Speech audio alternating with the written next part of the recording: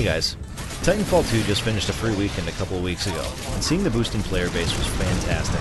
Some dead playlists saw new life, which meant finding games on PC and something other than attrition and mixtape. Hallelujah.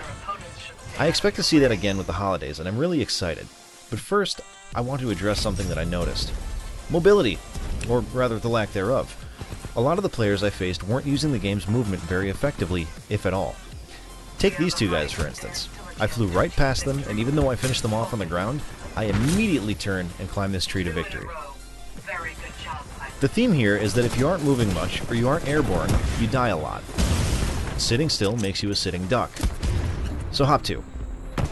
Seeing all these ground-bound players inspired me to make this video. It's kind of like tips for the novice pilot. Today's subject? Movement. Now I'm not here to talk trash on new players, but rather to help them enjoy the game a little more. Getting killed by human fighter jets is only fun for so long, after all.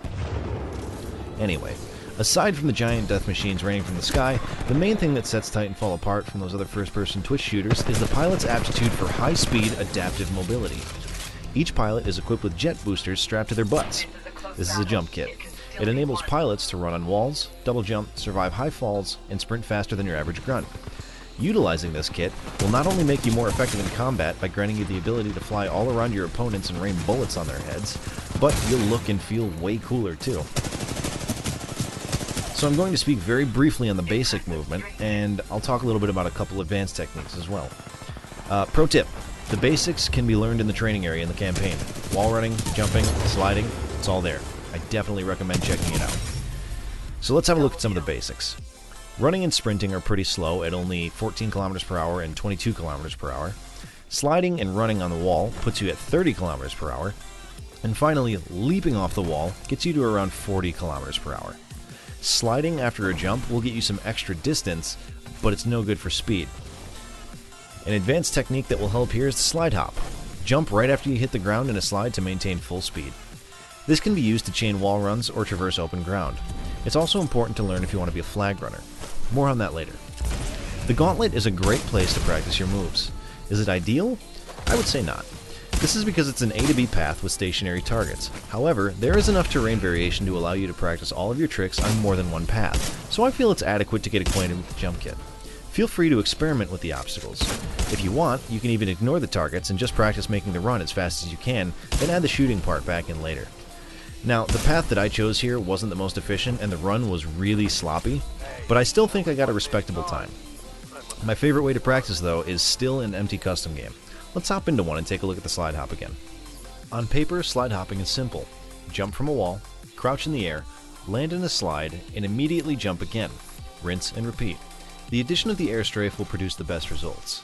The slide hop is an advanced technique that will probably take some time to master, but it will be well worth it, especially if you're into capture the flag. Using the slide hop properly will help you maintain maximum speed even from a stimmed wall run. Timing is crucial though. Jump too soon and you'll do a double jump. Double jumping will actually kill all your momentum. Keep that in mind. So listen for the sound of pilot on ground contact. That will be your cue to jump again. It doesn't work very well up inclines, but it's still a very effective tool. Plus, with enough practice, you can do it backwards. This is useful for impressing your friends or landing a date with another pilot. The verticality of Titanfall 2 is pretty insane. There are parts of maps that I had never experienced before, like this upper part of the cave on Crash Site.